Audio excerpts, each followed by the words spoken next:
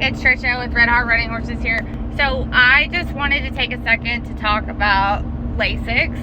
So it's a really taboo topic in the barrel horses for some reason, and I don't always understand why, because if you talk to a lot of vets that are down here, so like I'm in North Texas, which is basically the mecca of barrel racing. You know, you have probably the most concentrated of everything barrel racing here, whether it be barrel races or performance horse vets or whatever. So some of these vets here are going to see upwards of 30 horses per day that specifically do barrel racing. You know, these shows have thousands of entries. It is what it is. It's just the most here.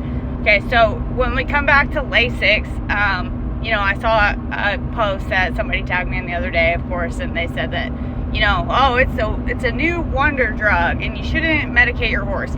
There are so many vets in Texas and down here that see nothing but barrel horses, and there's such a high risk of bleeding, and Lasix is just such a cheap, easy fix for that it's just not even worth not doing it. So you're talking about a couple bucks for a shot, and it's pretty much going to guarantee that your horse doesn't bleed. And at the end of the day, no matter how much conditioning you do, no matter what, for a horse that's going to be going fast, there's still a chance of them bleeding. And it's a very chronic thing in our industry. It's, you know, if you don't know about bleeding, you know, definitely do some research on it. But the point of all that is there's so much research out there for this that there should be no reason that anybody is like trying to badmouth Lasix, or that it's taboo anymore, or that it's you know, that if somebody says that their horse runs on Lasix, that should like kill the sale. I remember those days for sure, but really, the more educated you are, then there should be no reason that you don't want to run on Lasix. So I know that this is a controversial topic, but any vet that I know down here is not going to hesitate to prescribe Lasix. If you're scoping horses all the time, you'll find that, like, even if they're not bleeding out, there's still a very high chance that the horses can bleed. There's just so much knowledge out there. So just seek knowledge. So I am not a vet, of course, but I work very closely with many vets, and I don't know any vets down here that would tell you not to run on Lasix.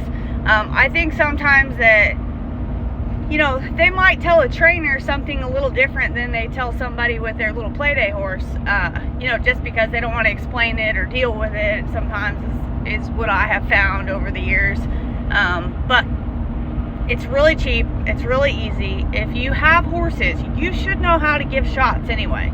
Like, that is just part of owning horses. You should be able to safely give your horse an injection. So there's lots of options for Lasix. You can give in the vein, you know, which is what we do. You can give it in the muscle. You can give it also with yeah, I mean, even like Lasix pills. If you have something that's really bad, there's no reason to not be giving Lasix. So I know that a lot of people don't talk about this.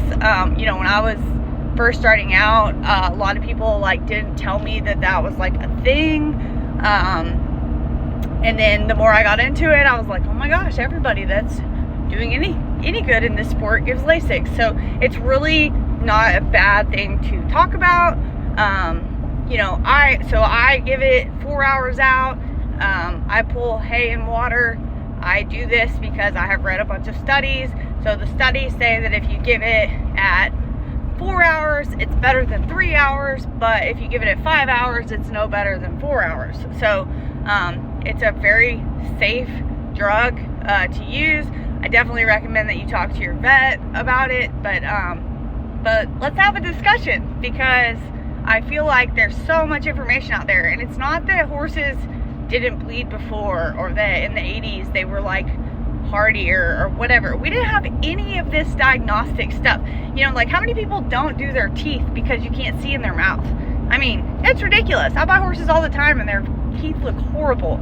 So like, it's very common. It's just because you can't see it, so people don't talk about it. And you might have a horse that's fine, but but you can't say, unless you're scoping them every single time, that you know your horse doesn't bleed. And I can tell you from experience that when you're coming back around on the other side of it and you have a horse that bleeds and you're chasing that problem, it's like a whole nother ball game. And so it's so much easier with Lasix to just be a preventative. It's cheap, it's easy, it's not really a big deal, than to be like chasing it and having to give a bunch of meds and having to do all this stuff and having to worry about it. You know, of course I want your horse to be fit. Of course, you know, I want you to have a good relationship with your vet.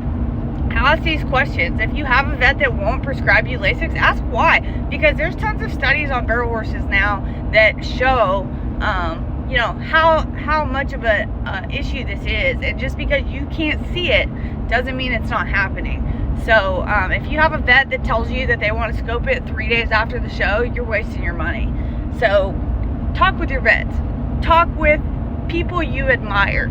People that are doing the things that you want to be doing. Don't listen to every Betty Barrel Racer on Facebook that doesn't know what the hell they're talking about. Talk with your vets. Talk with your trainers. Pay attention. Do research. Be an advocate for your horse. Do the research, because if you do the research, you will see that nothing is proven to work except Lasix. So if you have questions, hit us up. I know this is always a controversial topic, but it's something that needs to be talked about. You don't have to agree with me, but talk to your vets. That's where you're going to find all your information at.